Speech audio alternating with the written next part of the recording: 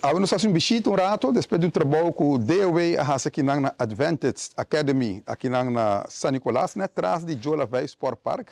Escola aqui está sendo manejada para Stichting Soasa e seguro nós fazemos petição bastante tempo atrás, em questão com o speelterrein, speelplaats de escola, está a deteriorar. Depois de assim bishita que no ano passado, a pedir DOE também cooperação para nós por schedule aqui dentro.